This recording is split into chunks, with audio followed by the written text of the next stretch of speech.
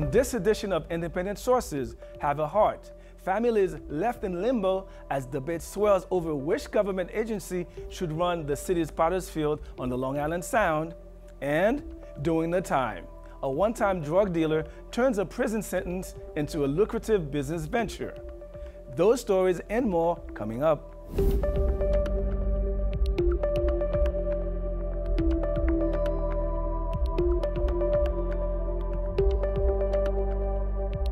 Independent Sources, your window to the city's ethnic and immigrant communities. Here's your host, Garry Pierre-Pierre. Welcome to Independent Sources, bringing you news from New York's ethnic and immigrant communities. I'm Garry Pierre-Pierre. There's an effort afoot to get Hart Island turned over from the Department of Corrections jurisdiction to the Parks Department. Advocates want this because they say the city's 101-acre Potter's Field has been neglected by the DOC.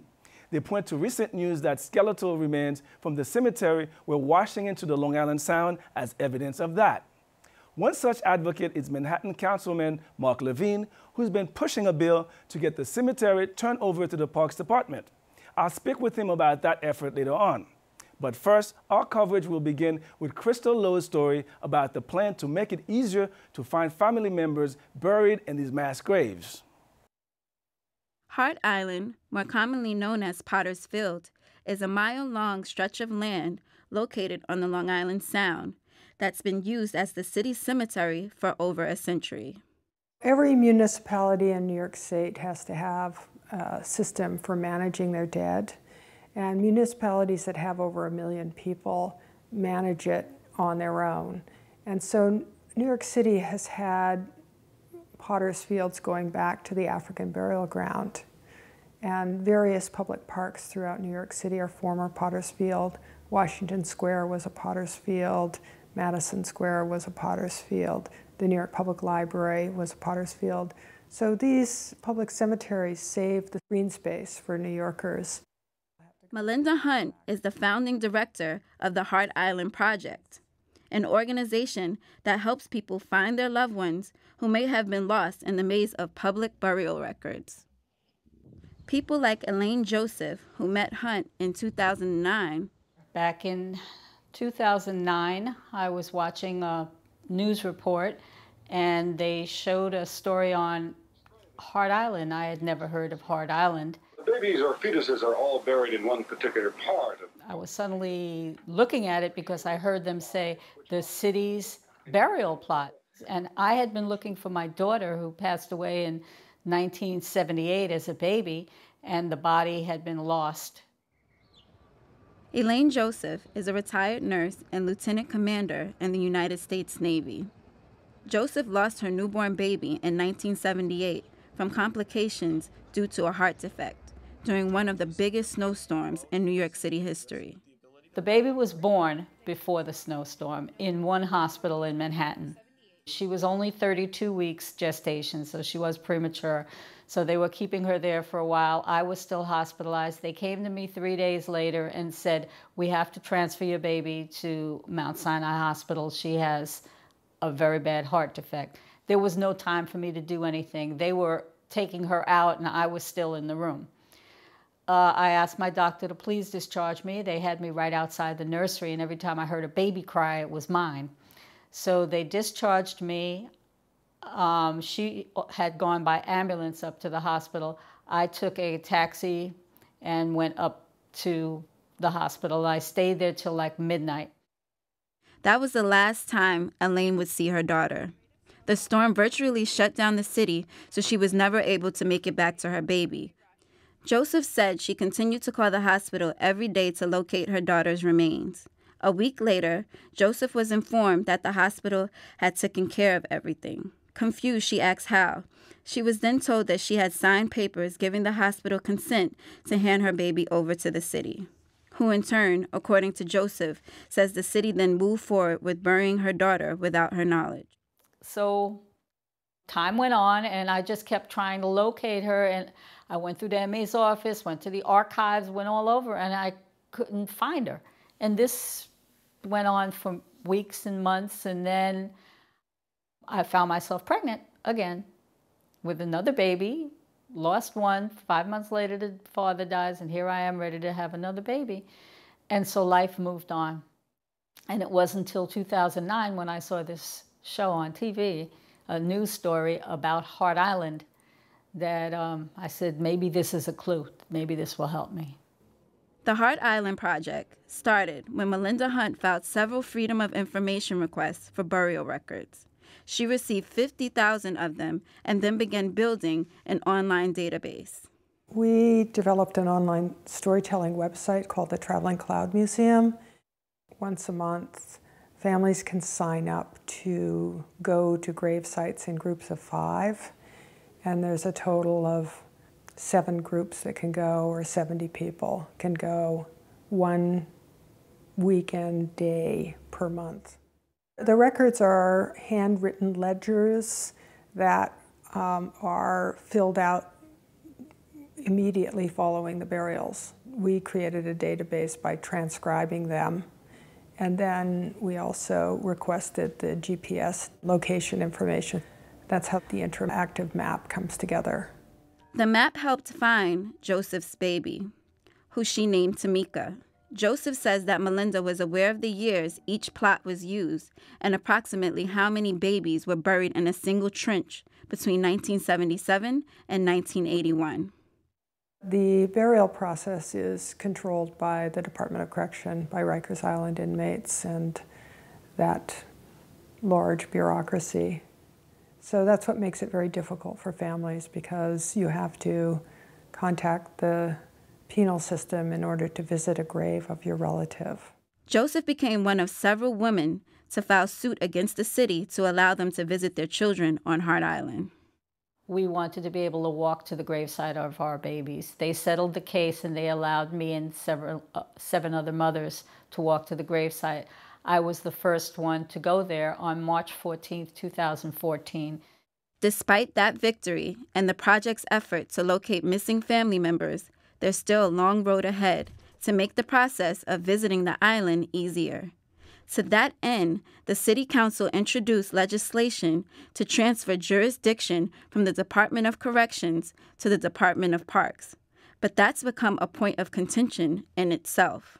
Parks is the agency that is in charge of historic preservation and of landscape management. And also it's part of the Parks Department history in that the first parks were former cemeteries. However, the Department of Parks feels that it's not their job to manage an active cemetery, even though the National Park Service manages many active cemeteries.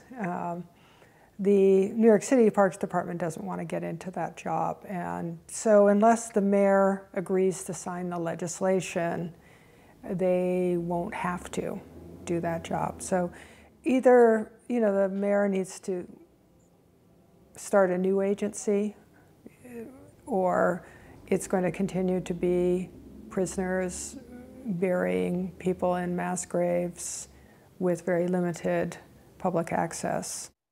Crystal Lowe, Independent Sources. Councilman Levine, interesting, very fascinating segment here. It was brought up that City Council has introduced a bill, and you're the author of that bill. Can you tell us what you want to achieve with this bill? Well, Hart Island is one of the most incredible places in New York City. Very few New Yorkers have ever been. In fact, it's off limits to the public, except for very, very, very constrained circumstances. And in fact, most people don't even know it exists. But it's the final resting place of 1 million New Yorkers. People have been buried there going back to the Civil War era. And in fact, there's incredible history on the island. It was actually a prisoner of war camp for Confederate soldiers during the Civil War. Over the years, it was used as a women's psychiatric hospital, as a refuge for people with various contagious diseases, yellow fever, tuberculosis.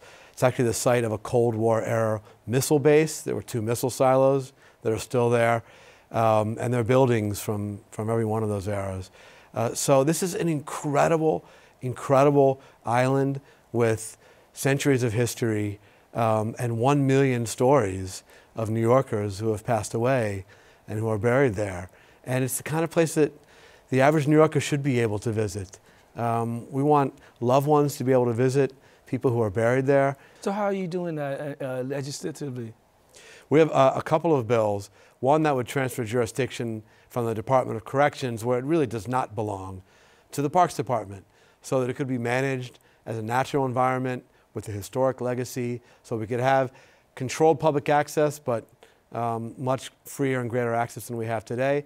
We have a second bill that would transfer the functions of burying, of managing the active burial site, to the Office of the Chief Medical Examiner, who's got expertise, obviously, in dealing with dead bodies. This would be a much better fit, we believe, than having people who are inmates at Rikers do this work. We think this would be a more humane, more open model for managing our city's Potter Field. Right now, where do those bills stand? We accumulated many co-sponsors in the past session. We held a hearing on it. We had tremendous input from the public, people who had their own loved ones who were buried there, people who understand the incredible history there. Until now, as was mentioned in your piece, the administration has resisted. The Parks Department has resisted. And frankly, even the Department of Corrections has resisted giving this up. But the status quo, to me, is really a relic of another era. It's almost like a story out of Dickens to have inmates doing this work. We need a modern 21st century humane approach to this incredible place. And we think the way to do it is by taking it away from our Corrections Department and putting it into the hands of the Parks Department for management and the Office of the Chief Medical Examiner for burial. On that note, let's take a look at a clip from Barbara Dolensek. She's the Vice President of the City Island Historical Society. Let's take a look. Parks in the Bronx doesn't have the money. They couldn't possibly run it. So it would mean a big difference in the way the place were preserved and taken care of. However, there's no money to do it, and I think that that's part of the real problem with it. Councilman Levine, what about that? Is the Parks Department, can it handle that financially? We're spending significant money today on that operation. It's a secure facility, so there are armed guards present whenever anyone's on the island. We're talking about transferring that funding to another agency. Okay, so the money already exists, to your point. It's a matter of shifting it. At least for the burial function. Mm-hmm. Now, the broader stewardship of the island, we're not doing anything there, and it's deteriorating. We're losing buildings. The natural landscape has been terribly deteriorated, and it's vulnerable to flooding. The island was almost totally inundated during Sandy. Many graves were disinterred. There were body parts found washed up onto the shores of the Bronx and nearby City Island during Hurricane Sandy. So we're losing the historic legacy of the island.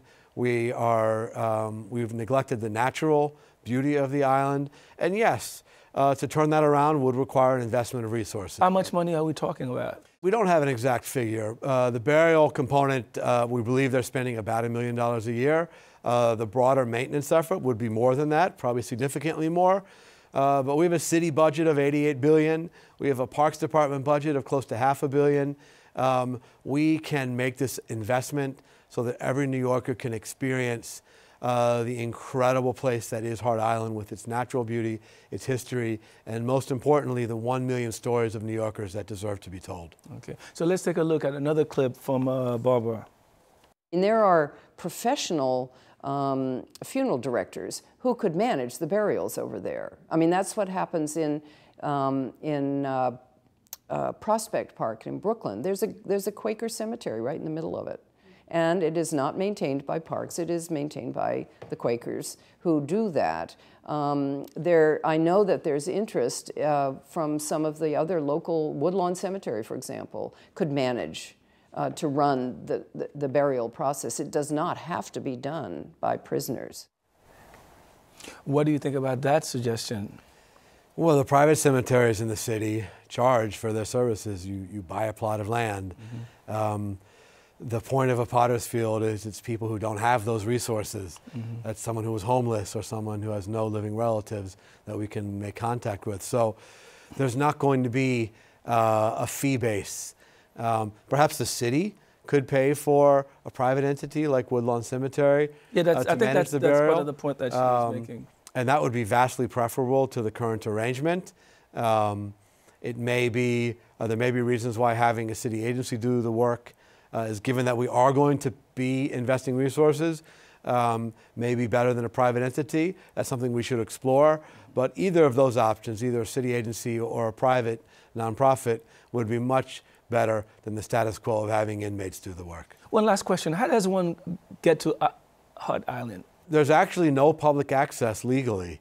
There's one day a month where people who have loved ones buried there can take a ferry to the island, but they're under very, very strict conditions. They're armed guards.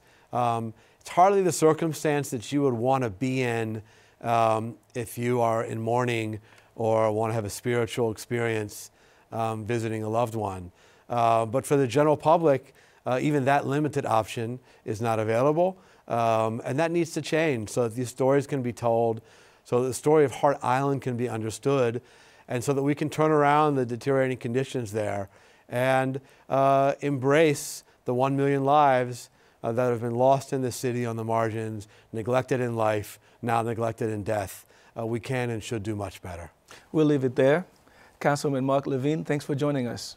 Thank you, Gary. When we come back, a woman who was once sold into sexual slavery is sharing her zen with others who are incarcerated.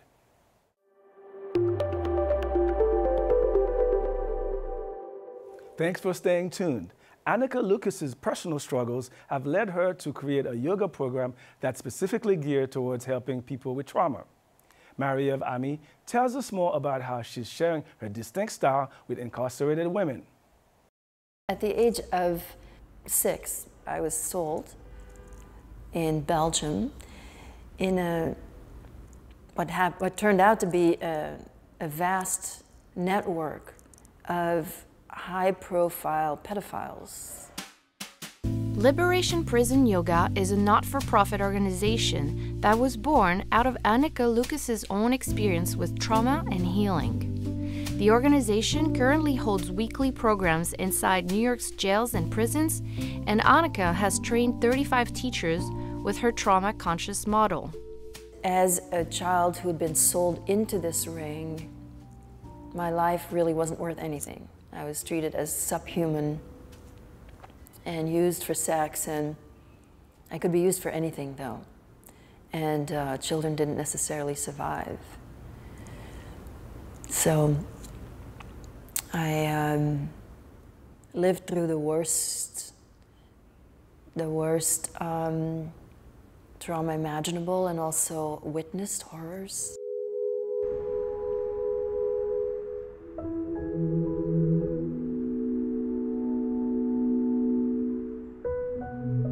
But, you know, I did everything in school. There were a lot of sports that were offered after hours in school, and so I just did whatever I could. It kept me away from home because my mother was a perpetrator. And after I'd left home, I then tried yoga as a physical practice. I just felt I found my physical therapy.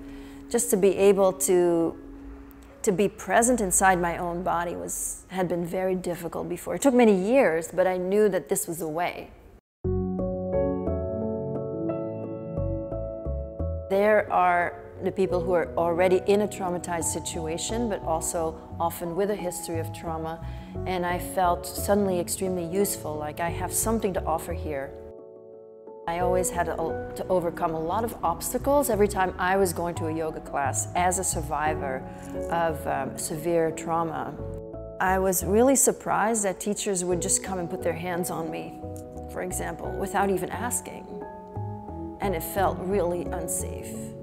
And as a survivor of sexual abuse, to be in a downward-facing dog in front of somebody else, I didn't feel comfortable.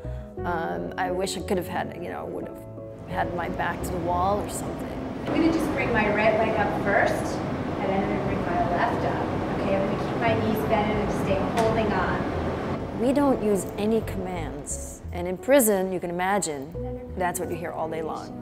I could speak in the first person, say, I'm going to put my right foot forward, or I could say, if this feels okay to you right now, you could put your right foot forward.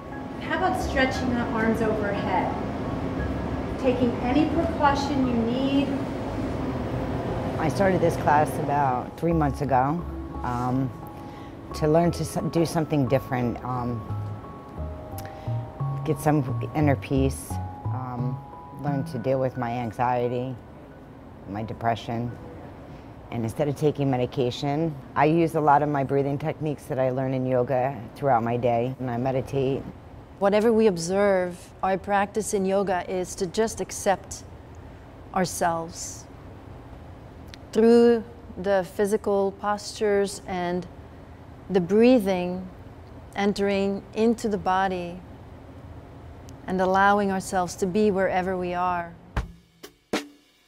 Once I was teaching inside a prison, it was really gratifying to be able to share what is generally not available for the poor, who need it the most.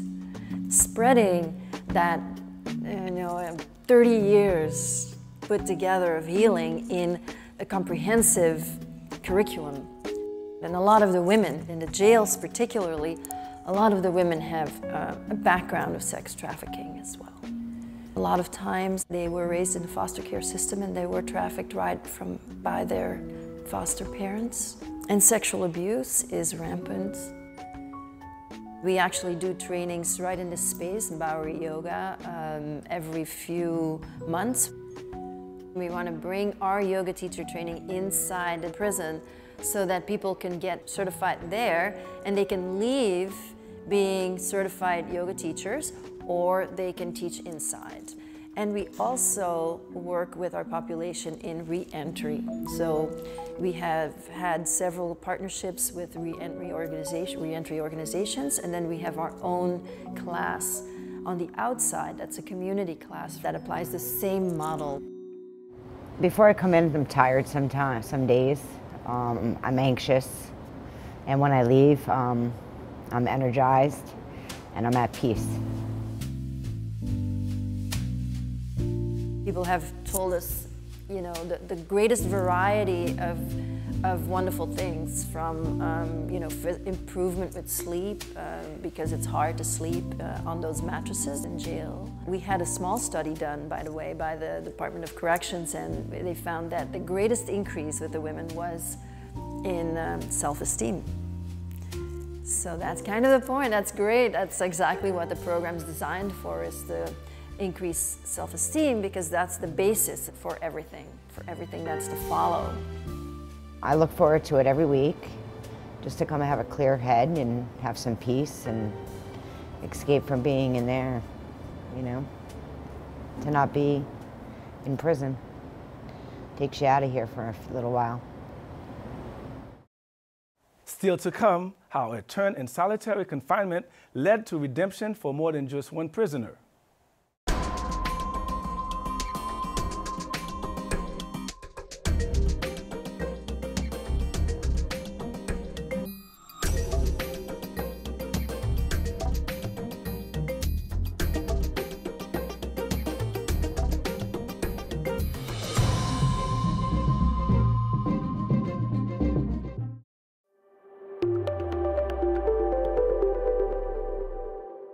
Finally from us, ConBody is the latest addition to the wave of boutique exercise programs competing for fitness fanatics.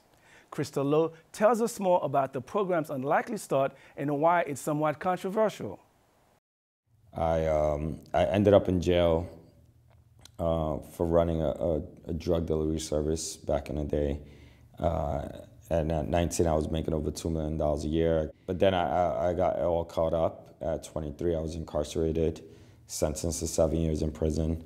And when I went in, that's when I found out that I had all these health issues. And my doctor in there basically said, like, if you don't start working out and eating correctly, that you could probably die of a heart attack within 5 years.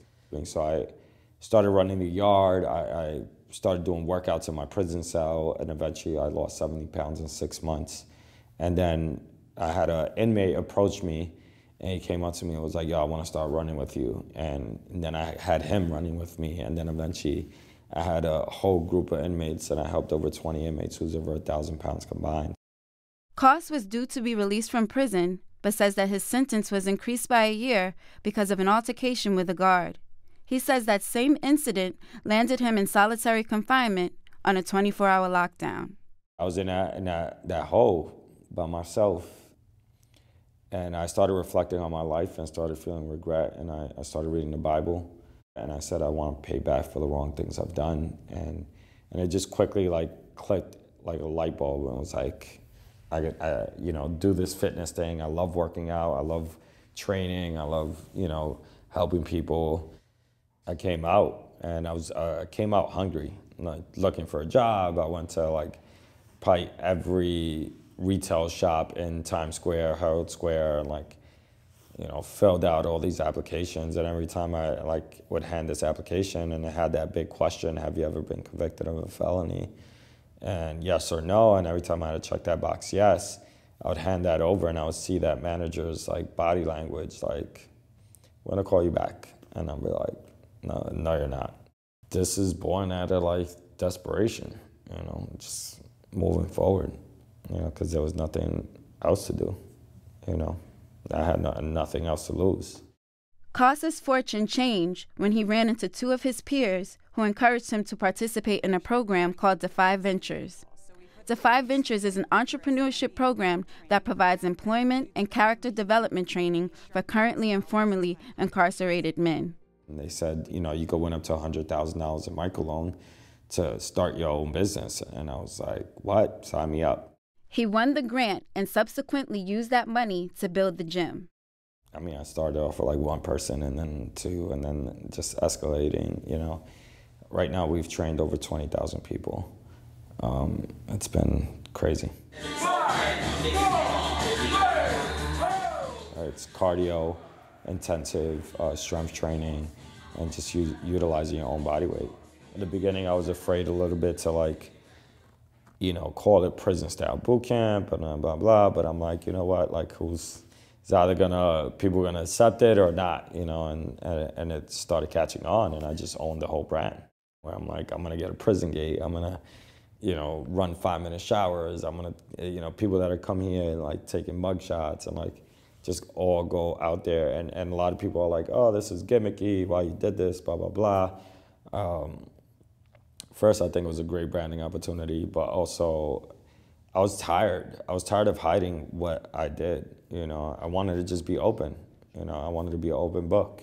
And it felt like I was incarcerated every time I hid something. I couldn't share my experiences. And I feel like that's what all my employees feel, is that they found a hub where they could just come and be themselves, and they're not going to be judged for the worst thing they've ever done. Koss employs 17 people, including 10 other trainers. All of his trainers have been through the system. He says he does not discriminate based upon anyone's background. He doesn't process applications. He just asks for a simple email from potential employees and takes it from there. And I'm going to teach you 5 different moves that you can do straight outside with no equipment. Koss wants to take the program nationwide and perhaps worldwide one day. Crystal Lowe, Independent Sources. Everything I do is a 4-count exercise, so 1, 2, 3, 1. That's our show this month. Thanks for staying tuned. Till next time, be independent-minded.